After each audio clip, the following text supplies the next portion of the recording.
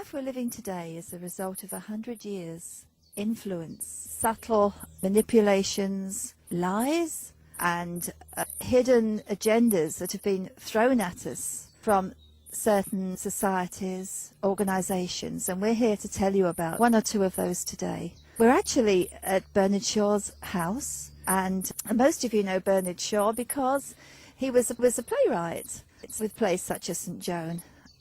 But there's another side of Bernard Shaw that a lot of you don't know, and that's his membership of the Fabian Society. And we're here to tell you a little about that side of his life and who the Fabian Society represents. I just want to read you a little quote here. This is from the British Catholic Family News. It's a news service of the National Association of Catholic Families.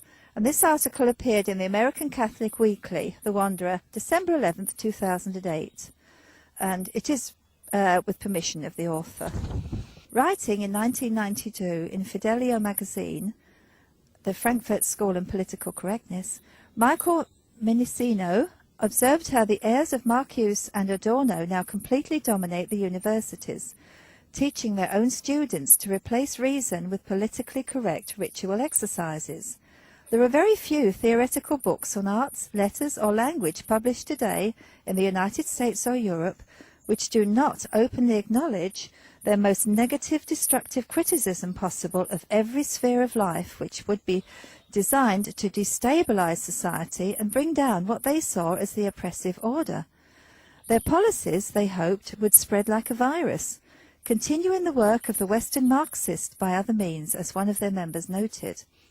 To further the advance of their quiet cultural revolution, but giving us no idea about their plans for the future, the school recommended, above other things, 1. The creation of racism offences. 2. The continual change to create confusion. 3. The teaching of sex and homosexuality to children. 4. The undermining of schools and teachers' authority. 5. Huge immigration to destroy identity. 6. The promotion of excessive drinking.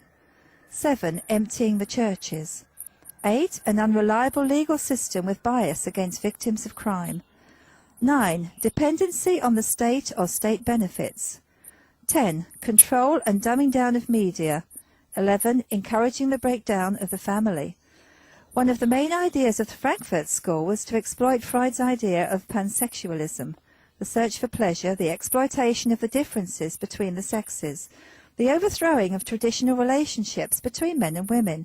To further their aims, they said they would attack the authority of the father, deny the specific roles of father and mother, and wrest away from families their rights to as primary educators of their children.